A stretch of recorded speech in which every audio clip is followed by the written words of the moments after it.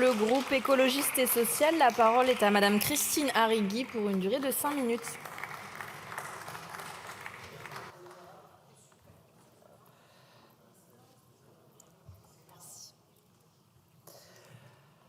Madame la Présidente, Monsieur le Président de la Commission des Finances, Monsieur le rapporteur général, Messieurs les ministres, mes chers collègues.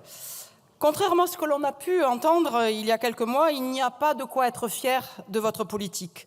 En 7 ans d'une politique de l'offre, non seulement mal pensée et totalement chaotique, vous avez conduit le pays droit dans le mur. Vos décisions déstructurées ont ruiné nos perspectives, créé de l'instabilité et creusé l'impasse dans laquelle nous nous trouvons aujourd'hui. C'est un échec cuisant et vous en portez l'entière responsabilité avec vos anciens partenaires de LR. Comme s'il n'y suffisait pas, à l'incompétence en matière économique et budgétaire, vous avez ajouté le mensonge.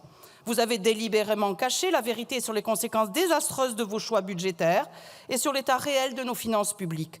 Pendant des années, vous avez sciemment projeté des perspectives de croissance irréalistes, constamment au-dessus des prévisions des institutions compétentes comme la Banque de France, l'OCDE, le FMI et même le consensus des économistes. Ce n'est pas seulement de la négligence, c'est carrément de la tromperie pure et simple.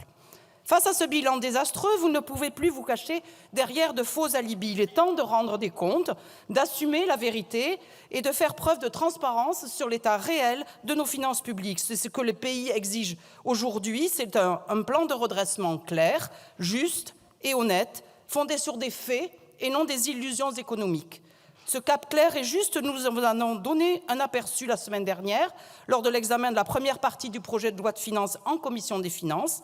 Nos nombreuses mesures en faveur de la justice sociale et fiscale, visant à faire contribuer les plus aisés, les grandes entreprises et les milieux financiers, ceux-là même qui ont bénéficié de la solidarité nationale pendant la crise, tout en engrangeant des superprofits, en sont la preuve tangible. En ciblant de nombreuses dépenses fiscales brunes pour réaliser des économies substantielles, nous offrons un plan de redressement des finances publiques à la fois réaliste et crédible.